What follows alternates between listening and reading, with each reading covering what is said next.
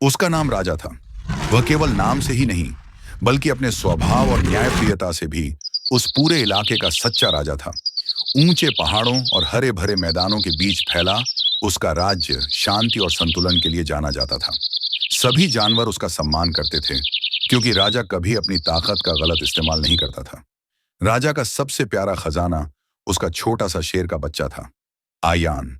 आयान बहुत नटखट, जिज्ञासु और मासूम था।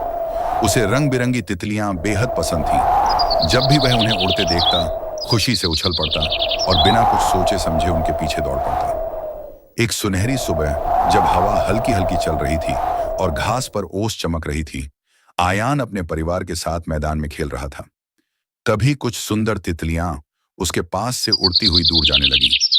आयान उन्हें पकड़ने की कोशिश में इतना मग्न हो गया कि उसे यह एहसास ही नहीं हुआ कि वह धीरे धीरे अपने परिवार से काफी दूर निकल आया है।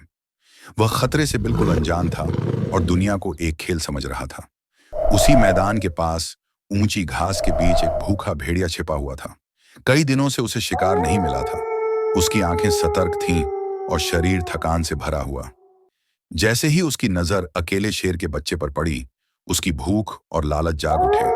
वह बहुत सावधानी से बिना कोई आवाज किए आयान की ओर बढ़ने लगा। पास ही एक नेकदिल बकरी रहती थी, जिसका नाम सफिया था।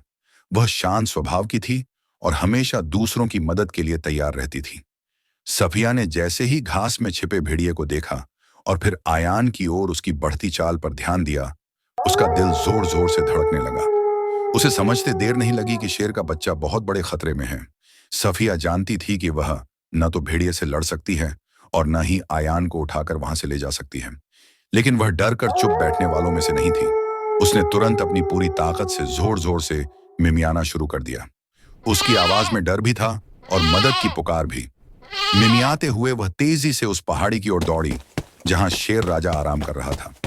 सफिया की घबराई हुई और असामान्य आवाज सुनते ही राजा की आंखें खुल गईं। वह तुरंत सतर्क हो गया। राजा को कुछ अनहोनी का एहसास हुआ और वह बिना समय गंवाए सफिया के पीछे दौड़ पड़ा। सफिया राजा को सीधे उसी जगह ले आई जहां आयान खतरे में था। भेड़िया अब बहुत पास पहुंच चुका था। तभी राजा ने पूरी ताकत से जोरदार दहाड़ लगाई। उसकी दहाड़ से पूरा मैदान गूंज उठा। उस आवाज ने भेड़िए के दिल में दहशत भर दी। ताकतवर शेर को अपनी ओर आता देख भेड़िया घबरा गया और अपनी जान बचाने के लिए जंगल की ओर भाग खड़ा हुआ। राजा तुरंत आयान के पास पहुंचा।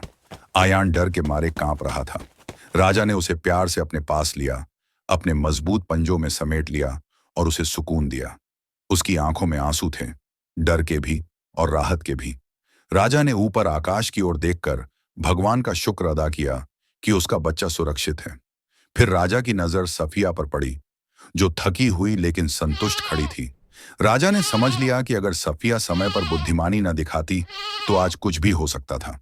राजा ने पूरे राज्य के सामने घोषणा की कि सफिया ने अपने साहस और समझदारी से उसके बेटे की जान बचाई है, इसलिए उसके राज्य में कोई भी उसे नुकसान नहीं पहुंचाएगा। वह अब सम्मान की पात्र है। उस दिन के बाद सभी जानवरों ने एक महत्वपूर्ण सीख ली कि बहादुरी केवल ताकत में नहीं, बल्कि सही समय पर सही फैसला लेने में होती है। और आयान ने यह सीखा कि खेलते समय भी सतर्क रहना चाहिए और हमेशा अपने परिवार के पास रहना चाहिए। कुछ ही समय में मैदानों में फिर से शांति लौट आई। तितलियां फिर से उड़ने लगीं, हवा फिर से मुस्कुराने लगी और राजा का राज्य पहले से भी ज्यादा सुरक्षित और खुशहाल हो गया। और इस तरह समझदारी, साहस और करुणा ने मिलकर शांति की जीत सुनिश्चित की।